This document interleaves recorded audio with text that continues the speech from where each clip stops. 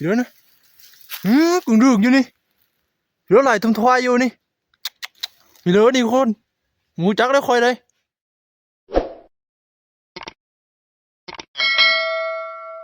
ทักทายสบายดียามเช้านะทุกคนวันนี้ก็เชิญไปเบิ่งเหี่ยวโตนหางไว้อันเชิญเนี่ยกินไก่นะทุกคนเนาะมันถือเลยนะจะไปหาต่อไก่เลยตอนเช้านี่ไปเจ้าการไปกะเป็นตัวนำทางนะเจ้าการเพิ่นนะ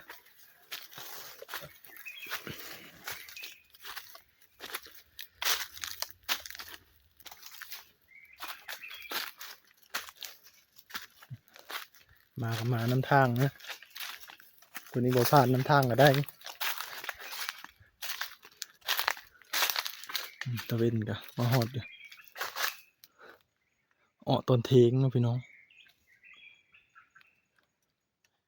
ตะบอน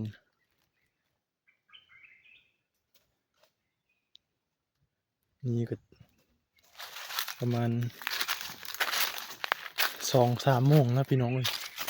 หาเสกลับแล้วพอดีคำนะหมายแรกก็คือพี่น้องจิมใส่วันนี้นะหมายแรกเข้านี่รางที่1นี่เสร็จแล้วมะนี่มะมันกินอยู่นี่นะพี่น้องค่อยมาก็เห็นจับยัดเสกลับเลย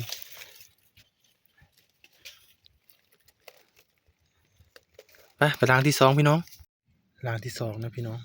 เดี๋ยวเรียบร้อยตัวหอนคือเก่ารางที่3พี่น้องเจอเครื่องวนหินนี่รางที่4รางที่5รางที่6เจอถึงหอนนี่พี่น้องว่ามันกินนี่นะมันกินไม้ดอกนี่นะคือชิมมันกระเตะนะพี่น้องรางที่7อยู่เตอสลามนะพี่น้องทางมันมาเตอสลามชื่อเตอสลามนี่นะรางที่8นะชื่อเตอหอนนี่นะรางที่9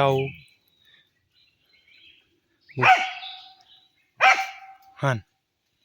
เขาโกนแล้วพี่น้องไม้เด็ดนะรางที่9นะมาไล่เขาโกนแล้วเขาโกนไม้นี่นะ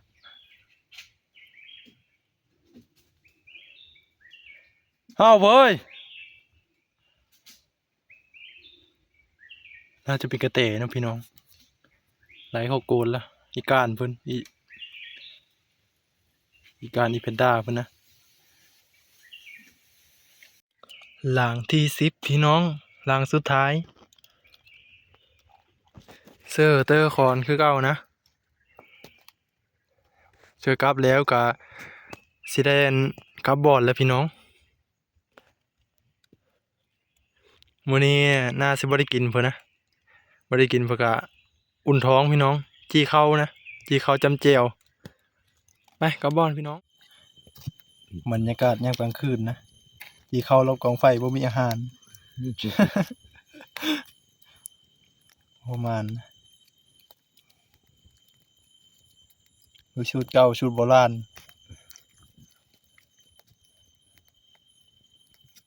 ถึง3บุญกุจี้เลยบุญข้าวจีเนาะมื้อนี้ได้บุญข้าวจีเนาะย่อบุญข้าวจีเฮาจีเข้าตะดงโยมจีตะดงแต่เฮาบุญข้าวจีเด้อพี่น้องมื้อนี้นะบุญข้าวจีบ้านเวงชุมพรมาจีเข้าตะดงจีเข้าอิงเข้าแล้วก็สิได้นอนเลยพี่น้องเอ้ยมื้อนี้มาไกลนะนอนรอบกองไฟนี่นะคนละฟ้าเลยอีลุงไปนอนฟ้านี้คอยนอนฟ้านี้ฟ้ามานี่อยู่นี่มันคนละฟ้าห้องกองไฟจังมีดาว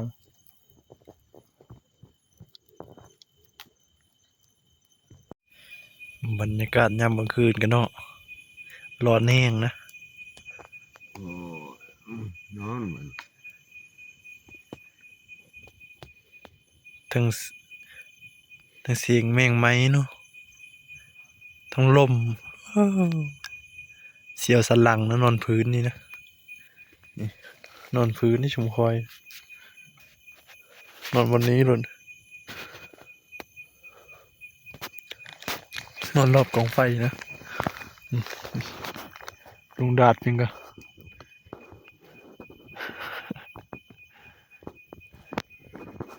นอนรอบกองไฟเลยนะนอนกินดินเลยถ่ายจะได้บรรยากาศทักทายสบายดียามเสาร์นะทุกคน วันนี้ก็ห้อยเวลาแล้วนะห้อยเวลายามกลับไปยามกลับนะทุกคนนะหลางแรกแหกมานพี่น้อง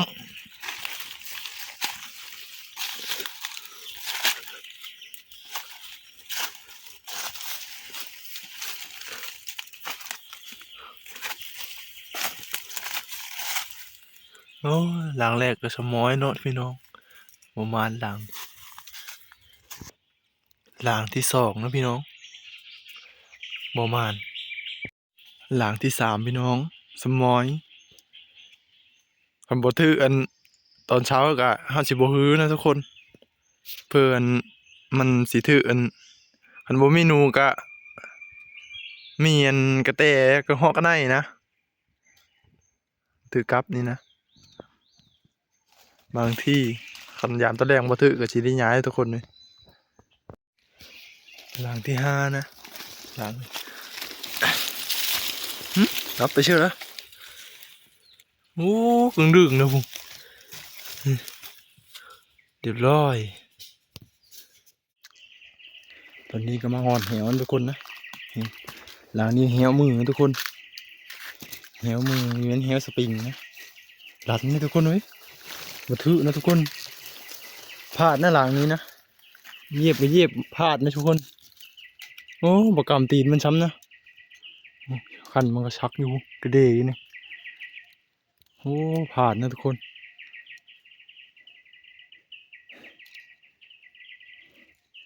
น่าเสียดายทุกคนเนาะไปทุกคนพยายามล้างต่อไปนะทุกคนนะล้างต่อไปนี่ถ้าจะบ่พลาดในเฮลสปริงเขานะเขามันเย็บนะเนี่ยวันนี้มันจะพลาดหลายทุกคนมาฮอด เฮลสปริงนะทุกคนมาลุ้นน้ำกันว่าสิถือหรือบ่เฮลสปริงอยู่หลุมนี่ละอยู่หลุมนี่สองล่างนะอยู่ถึงสองล่างอยู่ถึงถือไก่ตัวนึงทุกคนสุดก่อนนี่เสือกินนะทุกคนน่าจะเป็นเสือแมว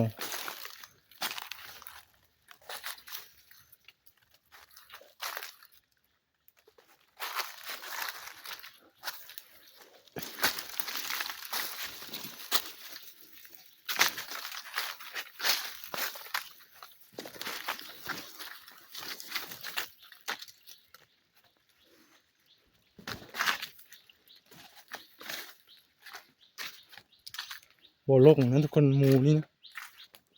หมูโบลงมีห้อยเลยถ้าลงอาจจะถือไปเสืออยู่บนห้ามหอนี่นะ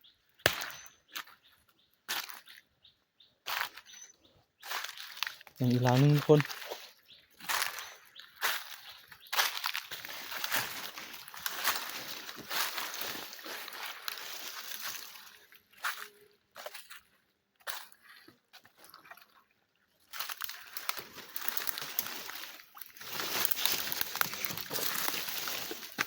หกกับหกนะหกขนาดถ้าหกชำนี้กับหมูกับโบลงอีก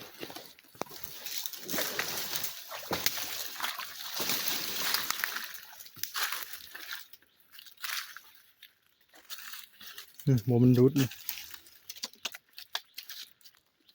นะหมูรุดทั้งหมดเลยนี่ทั้งห้อยหมูทั้งหมด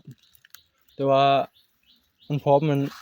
ชุดก่อนนั้นทุกคนนะชุดก่อนมันก็พลาดลายเติบวันนั้นละค่อยเชื่อเนาะค่อยเชื่อเฮียวจะปิงมันมาดุดอยู่นี่เนาะเฮียวค่อยเว้าน้ำบ่ลงซ้ำนะลงก็อาจจะถือเดี๋ยวสิขึ้นไปยามละสองหลังถึงนะทุกคนสองหลังถึงแล้วก็ยามรอบมือเลยนะยามรอบมือบอลพวกเกมเครื่องเกมเฟอร์มือทุกคนไอ้มือบานเนี่ยอยู่หลายมือล่ะ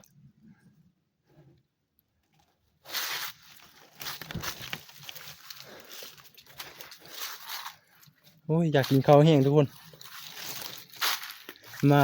ทันได้ปั้นข้าวฉันนะมายามแห้งคือเห็นหน้าแตงโมแล้วอยากแตงโมแห้งแล้วมากินแตงโมที่กี้มันคือสิมีแห้งทุกคนอยู่ตรงอยู่ป่านี่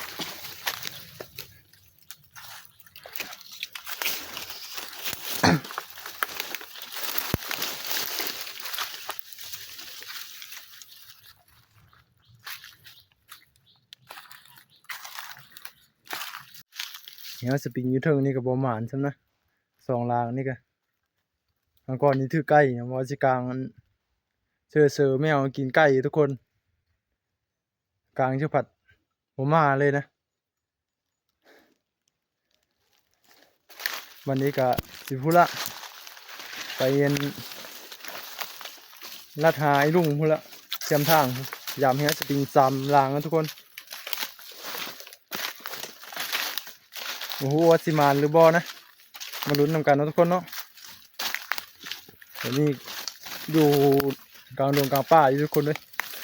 เป็นหอดเชื่อช้ำ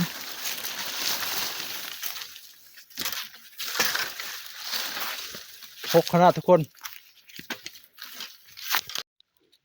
เฮียสปริงเฮามีอยู่7 หลางนะทุกคนอันนี้ก็ฮื้อมาแต่พุ่นละฮื้อมาแต่บอลเคยยามทุกคนกูไม่ย่างบอมันสีกันดิบอมันสี2 ก๊กย้ายมาหมดเลยทุกคนนี่ย้ายหลังสุดท้ายทุกคนเลยย้ายเชบอลนี้ล่ะหมูเยียบเลยหมูเยียบเป็นเฮลคันผัดมันบริยักไปเลยทุกคนเลยบริกรรมแข็งมันปานไหนนะไอ้เฮสปริงมาแทน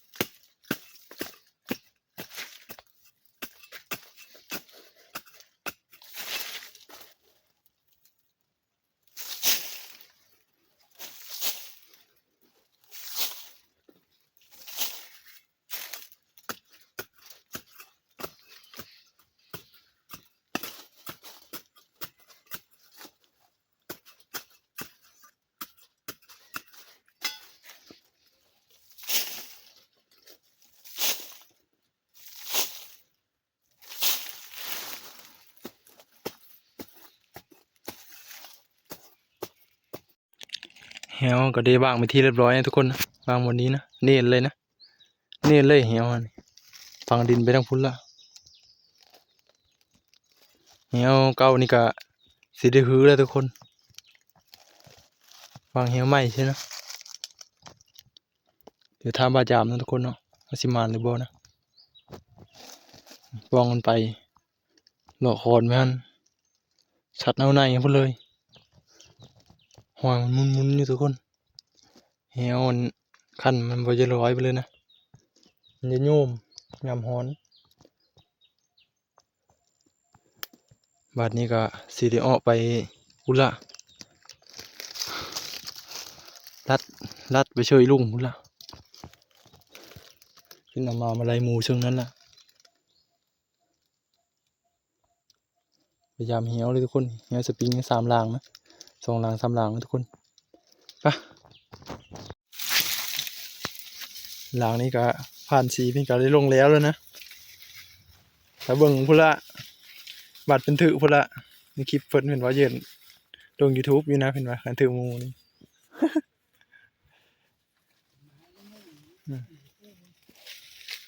แต่ก็เอาไปปิ่นผ่านใกล้นะเดี๋ยวนี้เป็นแนวแล้วเพิ่นว่าอย่าแวกแนวแล้วอย่าเป็นผ่านใหญ่คือเขาแล้วผ่านใกล้อย่าเป็นกูผ่านนะว่าแล้วบ่ชื่อว่าผ่านนะ ได้แล้วนะว่างกันบนทางลงนี่ทุกคน คนบ่เที่ยวนะ มีแต่หมูเที่ยวมันเหี่ยวหลังนี่ทุกคนมีลุ้นอยู่นะหลังหมูสีเนี่ยถือไปเลยโอ้โหเหลือนะกึ่งดึกอยู่นี่เหลือหลายทุ่มทวายอยู่นี่มีเหลือนี่ทุกคนหมูจักได้ค่อยเลยหมูน้อยถือลูกมันนะทุกคนถือหมูน้อยทุกคนนะนี่หมูน้อยชีเห็นเห็นช้ำนั่นนี่โอ้ถือหมูน้อยทุกคนแม่มันพัดมาถือแม่มันพัดโอ้ย แสดงว่าแม่มันอยู่บ่ไกลนี่เนาะ เบื้องหลังนะตอนนี้เบื้องหลังนะ คือลูกมันเอง อืม เอาเลงเข้าไหม อันนี้มันบรอดแล้วนี่นะมันถือชำนี้นะเดี๋ยวชอบอาชีพแล้วแม่นบอกถือลูกมังกรนั่นทุกคนนะโอ้บ่เห็นค่อยตะไก่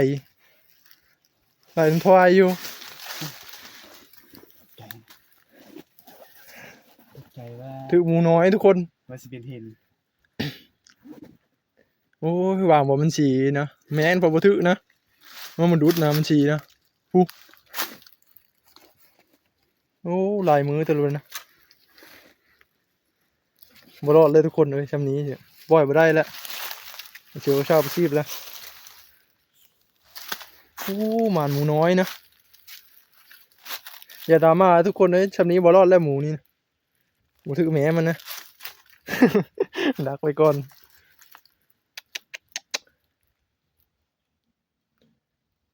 ไปเก็บชี้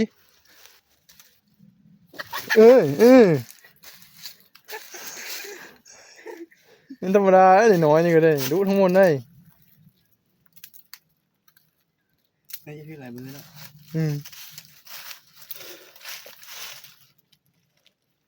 เรียบร้อยนะทุกคนนะ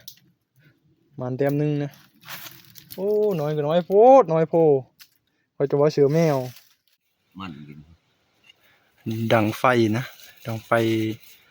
เฮ็ดแนวกินแล้วบัดนี้ปิ้งปลาดุกเห็นบ่ปิ้งปลาดุกใหญ่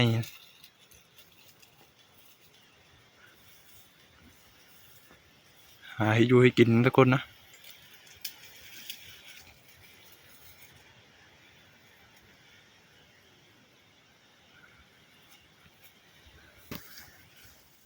ได้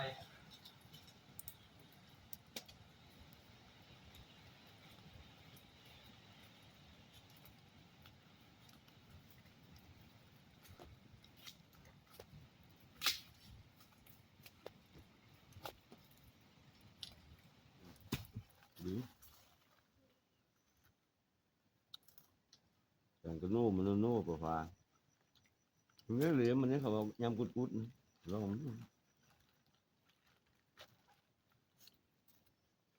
ตัวนี้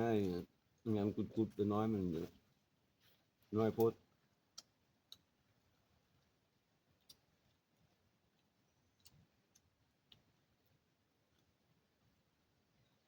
ถือหูมีเหี่ยวน้อย